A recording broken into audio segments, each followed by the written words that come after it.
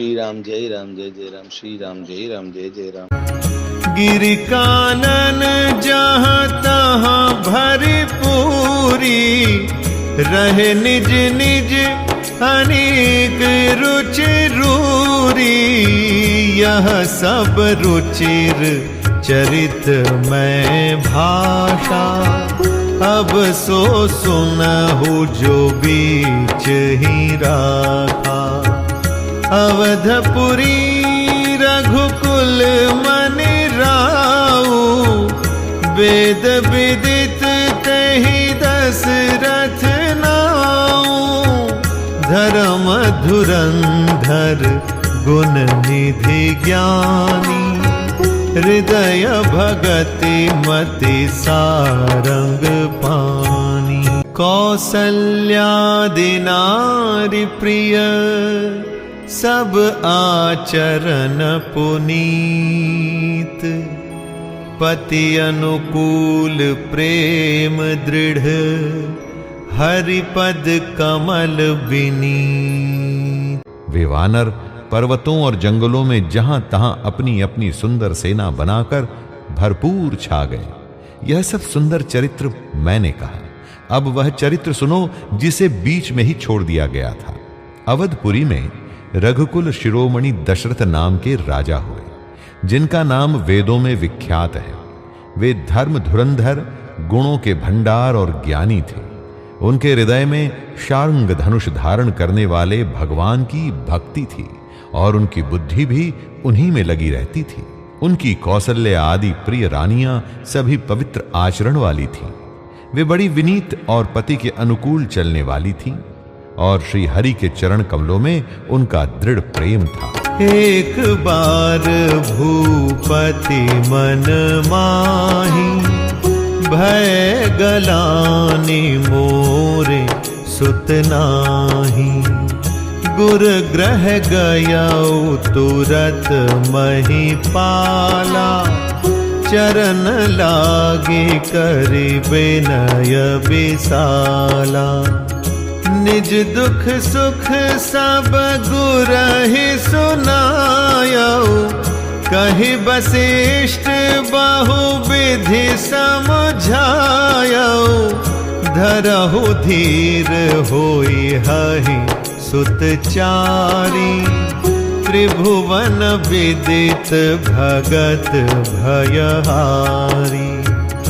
श्रृंगी ऋषि वशिष्ठ बोलावा, पुत्र काम शुभ यज्ञ करावा।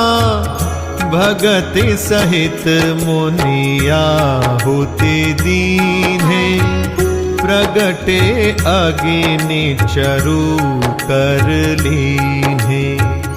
जो वशिष्ठ कछु हृदय विचारा, सकल काजु भासिद्ध तुम्हारा।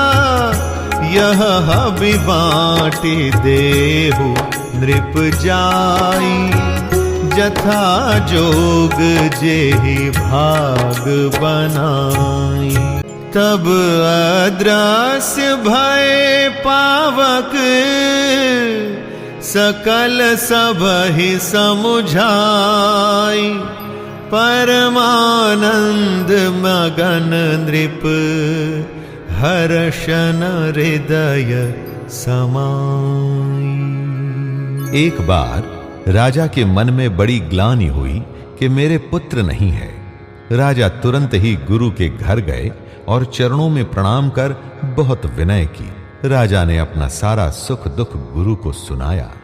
गुरु वशिष्ठ जी ने उन्हें बहुत प्रकार से समझाया और कहा, धीरज धरो, तुम्हारे 4 पुत्र होंगे जो तीनों लोकों में प्रसिद्ध और भक्तों के भय को हरने वाले होंगे। वशिष्ठ जी ने श्रृंगी ऋषि को बुलवाया और उनसे शुभ पुत्र कामेष्टि यज्ञ कराया। मुनि के भक्ति सहित आहुतियां देने पर अग्निदेव हाथ में हविष्यान्न खीर अर्थात चरु लिए हुए प्रकट हुए और दशरथ से बोले, वशिष्ठ ने हृदय में जो कुछ विचारा था, तुम्हारा वह सब काम सिद्ध हो गया। हे राजन, अब तुम जाकर इस हविष्यान्न पायस को जिसको जैसा उचित हो वैसा भाग बनाकर बांट दो। तदनंतर अग्निदेव सारी सभा को समझाकर अंतर्धान हो गए। राजा परमानंद में मग्न हो गए। उनके हृदय में हर्ष समाता न था। तब ही राय प्रिय नारी बोलाई, कौसल्यादि तहाँ चली आई। अर्ध भाग कौसल्य ही दीन्हा, उभय भाग आधे कर कीन्हा। कैकई कह नृप सो दयऊ, रहो सो भय भाग पुनि भयऊ। कौसल्या कैकई हाथ धरी, दीन सुमित्र ही मन प्रसन्न करी। एहि विधि गर्भ सहित सब नारी, भई हृदय हर्षित सुख भारी। जा दिन ते हरि गर्भ ही आए, सकल लोक सुख संपत्ति छाए। मंदिर महा सब राजहि रानी, शोभाशील तेज की खानी। सुख जुत कछुक काल चली गया, जेहि प्रभु प्रगट सो अवसर भया। उसी समय राजा ने अपनी प्यारी पत्नियों को बुलाया। कौसल्या आदि सब रानियां वहां चली आईं।